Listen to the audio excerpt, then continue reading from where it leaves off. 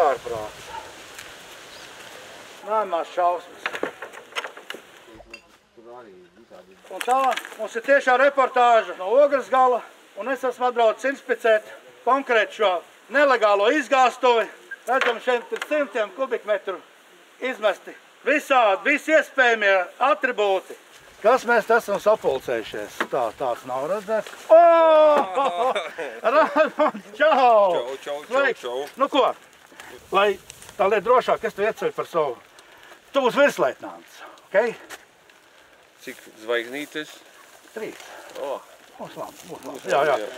Redz, tev ir tā izaugsmas iespējas uzreiz, ja tu būtu ģenerāls, nu, ka tu vari tālāk. Virsleitnants ļoti labi. Reģionālā vidas pārvalde vecākā inspektora Ilons. Ļoti patīkams upmenis. Tā teikt, veiksim darbiņā. Labdien! Kas jūs būtu, lūdzu? Orla pagasts pārvaldes vadītājs. Pašvaldība. Sveiks. Kā vārdiņš ir? Pēteris. Pēter, pastāsti, kā tas sanāk, ka tavā pašvaldībā šitāda lieta kā? Jā. Kāds nezinu, kāds var iznākt. Nu, tu padomā. Ja likumība ir tāda, ka atbild par to netīrību, tas, kam tā zeme pieder. Kam tā zeme pieder? Sijāli. Eksports strēt. Kaut kāda privātā, jā? Jā, 2 gadu apmēram. Tā nav pašvaldības zeme, jā? Paldies Dievam.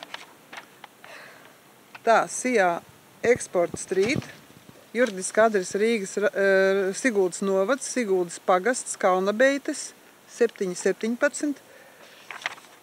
Valdes priekšsēdētāja Murāne Laura, dzīvo Rīgā, Veldres ielā 28-2. Bet kā jūs domājat, tad tas ir jau šeit? Nē. Tā ir apkārtējo iedzīvotāji. Apkārtējo iedzīvotāji? Ogresgalēnieši. Arī Ogres pilsēta, es gribētu teikt, arī tik pār. Bet firma jau labs nosaukums, teiksim, agrāk bija firma Glamour. Jā. Un tagad ir eksports strīts. Tad mums jārūpējās par eksportu. Par eksportu tad droši vien te tiek klātas eksporta preces. Varbūt tā būs eksporta preces uz Eiropu. Jā, bet, protams, nepatīkams vārds. Pašā ciematā. Mūsu brīdinājumā nav kāda reakcija nav bijusi.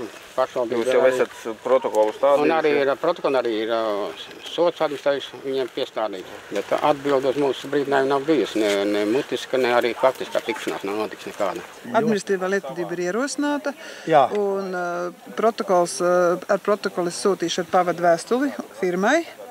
Un tad mēs aicinām viņus uz lēmumu pieņemšanu.